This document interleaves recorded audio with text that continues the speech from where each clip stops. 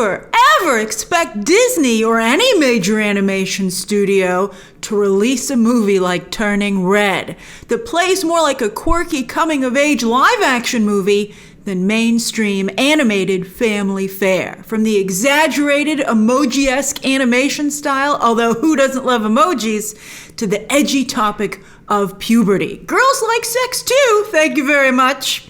That's the kind of movie this is. Get ready, buckle in. And the Disney Pixar, again, is the one to make this movie. I think that alone makes it pretty darn cool and a very special, interesting film, even if it doesn't have the same broad appeal that more traditional Disney Pixar animation would.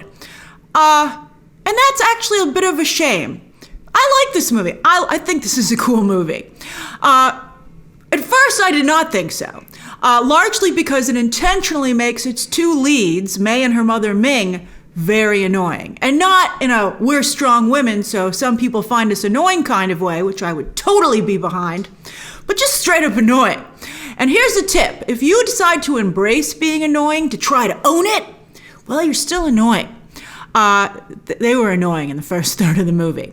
But as the film progressed, and we get to know Mei and Ming better, to see beyond the facade that they present to the world, which is part of what the film is trying to say, I found them and the film to be quite charming and funny, with a very surprising third act. This movie really goes there in many ways, which I really appreciated. And most of all, it has, I think, a strong and important message that I would hope anyone could get behind. Although, I would make one little tweak to the message. You can be yourself as long as your grades do not slip. For Mei to go from being a straight A student to B's and C's, well, I thought that was glossed over a little bit too much. Hopefully that was just a transitional period and her grades went back up. Then I would be okay with it. So how edgy is this movie, really? Right? Really, Grace, is it that edgy? Well, I don't want to have any spoilers because, again, the movie is quite surprising, and that's one of the fun things about watching it. But I will say that the first half is the edgiest. Then it gets, more mythological as the film progresses.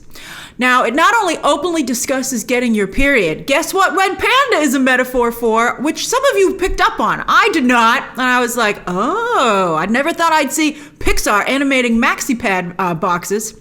But also, without spoilers, let's just say Mei is really interested in boys. To at one point, I felt like they were maybe going to go so far as to have her pleasure herself? Look what we're talking about in a Disney Pixar discussion. Now, the movie never goes that far, but I felt it got darn close. I'm here to tell you that it does not go that far.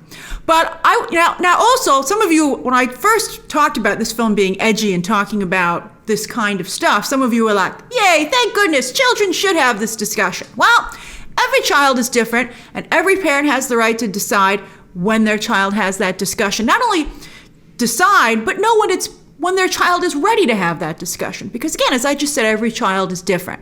So maybe that's one of the reasons, but I don't think it's going to be age-gated, so we'll see on Disney+. But I would suggest that parents of children, say, under 13, who aren't a tween, you might want to watch the movie first, not only to decide if your child is ready to have these discussions, to have these things presented to them, but also so that you're ready to answer any questions that might come up, so you're not sitting next to your child awfully surprised. With all this talk about sexuality and a very modern depiction of middle school students, which I thought was wonderful, are there any LGBT characters, right? Well, once again, Disney, one is implied.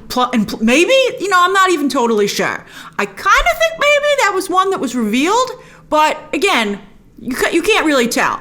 And it's a shame because, this is a conversation people have been wanting Disney to have, with the current Florida bill. There's a lot of talk about that and how important the LGBT community has been to Disney as a company, as not only consumers, but also creatively.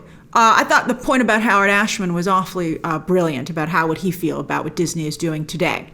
So if you're not having the LGBT discussion in a movie like this, when the heck are you going to have it? Well, I'll tell you, it's coming. Lightyear, as I've already told you, will have an unmistakably LGBT supporting character in the movie. Not a big part of the film, but again, unmistakable. But I also hear that this is some new information, that there are 2 upcoming Disney animated movies that will have openly, unmistakably LGBT characters who are actually have a pretty big part in the film.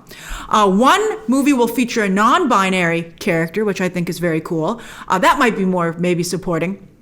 But I know that there's one movie that has an openly gay character, like no question, and I believe that's a main character as well. So it's coming. Disney's moving excruciatingly slow in this area, but it's coming. And I'd also like to say point out that Better Nate Than Ever is also coming to Disney Plus in just a few weeks.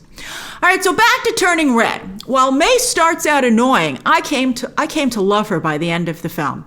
And she actually reminds me a bit of an American Girl doll for Canada, 2002. She even comes with accessories. It was adorable.